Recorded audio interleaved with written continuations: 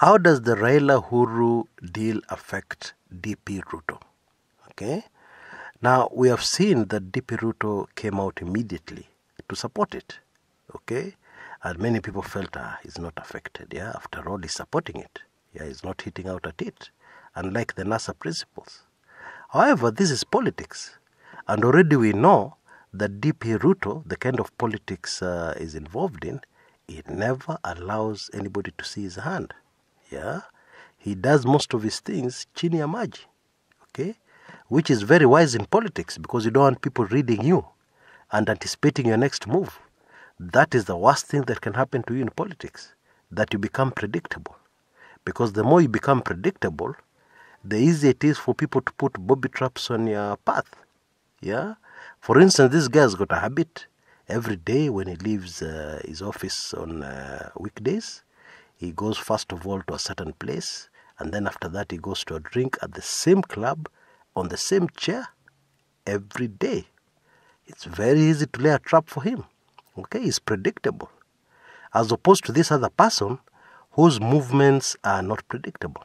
Yeah, today he drinks here, tomorrow he drinks somewhere else, the other day he has a private lunch somewhere else. Yeah, very difficult to predict what he's going to do next.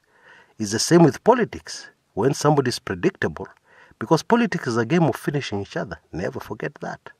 So if you're predictable, it's very easy for your opponents to lay a trap and finish you to their advantage so that they can advance politically.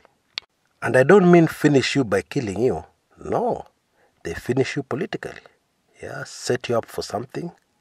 Yeah, they know, for instance, that you visit a certain girlfriend at a certain time every day. They call the press there. And then they raise the alarm. And the press are there taking photographs of you. And you're mpango kando. Yeah? And maybe you're only wearing your birthday suits. You get my drift? Yeah. So in politics, it's not good to be predictable. And therefore, William Ruto is playing this game the right way. So, what is the reality? That's how he's playing his cards. But what is the reality? Now, we've gotten a very huge tip of what the reality is from two sources. One is very unlikely. The Tharaka Nithi Senator, Kithure Kindiki, has come out and cautioned Jubilee and said, be very careful with this Raila deal because it could finish the party. And it could also derail our 2022 plans. Now we know Kindiki is a very close ally of DP Ruto. Indeed, he has been campaigning very hard to be Ruto's running mate in 2022. Okay? So there you are. This is a politician. Yeah, he's a second-term senator, so he definitely knows what he's saying. Yeah, he has let the cat out of the bag. And he has told us in no uncertain terms, this deal is not good for DP Ruto. There's something else amazing about the Ruto-Uhuru deal. Yeah? Quick question here. Which region has been most affected, most impacted by this deal? Nairobi? Nope. Coast? Nope. The answer is the Rift Valley. The truth is that the Rift Valley reaction is very interesting. Indeed, the Rift Valley reaction is a headless chicken, running around with no clear direction or intent. Yeah, because it can't see where it's going. The head has been chopped off. That is the effect the Uhuru Raila deal has had on the Rift Valley. And indeed, if you've been reading newspapers, yeah, and taking in media from Kenya, you will know that what is happening in the Rift Valley is there's a lot of caution. Yeah, there's a lot of fear in the Rift Valley as a result of this deal. Definitely, things will never be the same again in DP Ruto's backyard. Okay, that should be very clear. What is happening in the Rift Valley is like somebody seated on a chair, and then suddenly the chair becomes uncomfortable. Maybe somebody drives a nail from the bottom. Yeah? And so this person is trying to shift position. He shifts here, it's still not comfortable. He shifts to the other side, it's still not comfortable. They can't get a bearing. They can't get a position that will be comfortable on this chair. That is exactly what is happening in the Rift Valley. Yeah? Because this deal completely wipes out 2022. This deal has required everybody with their evil plans, with their carefully well-laid plans for 2022, to go back to the drawing boards. And I can tell you it's very hard on the drawing boards.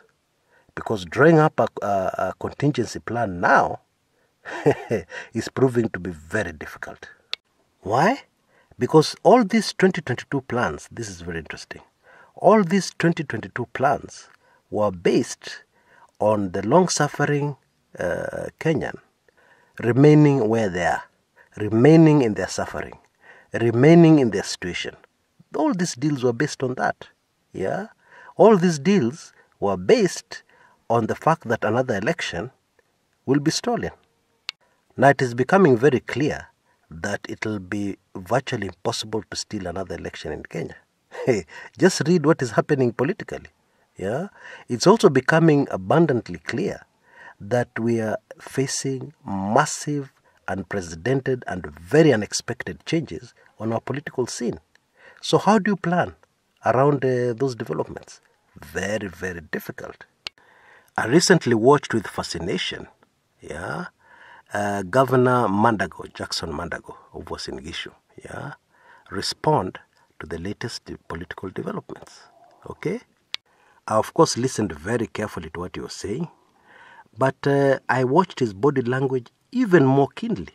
Yeah? And what I got is a very uncomfortable governor. A governor who is unsure of the future. A governor who has been hit very hard in his well-laid plans. And that is why his response was full of jokes. Jokes here, jokes there, making fun of this guy here, making fun of that guy there.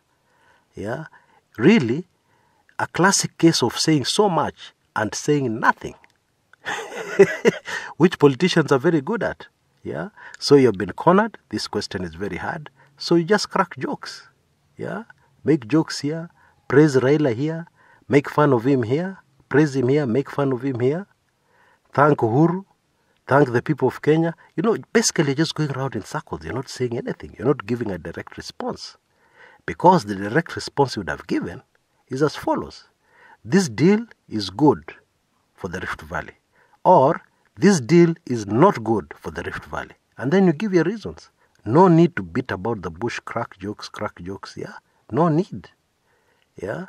But the fact that he behaved the way he did, and Kwanzaa his body language, told us everything. The Rift Valley is in a mess after this deal. But there's something more. Inside information reveals that Ruto troops, DP Ruto troops, especially in the Rift Valley, but also some of them in Central Province, have been advised to be very careful about the bills that will come to Parliament. And number one, what they've been told to be very keen about are any bills creating new positions. Yeah? They have been instructed that they will oppose any bills to create new positions. Yeah? And indeed, they will start very early to get the numbers on their side. You know, people owe favors in Parliament. You know, politics, you owe favors here and there. So they've been asked to get ready to call in all their favors to defeat any bill brought to the House that will want to create new positions. Now, that is fascinating, because creating new positions would mean accommodating Raila Odinga into government. Creating new positions would mean, at the very least, creating new positions for Raila Odinga cronies. Yeah? And of course, this will mean that DP Ruto and 2022 Kwisha. That's really what it will mean.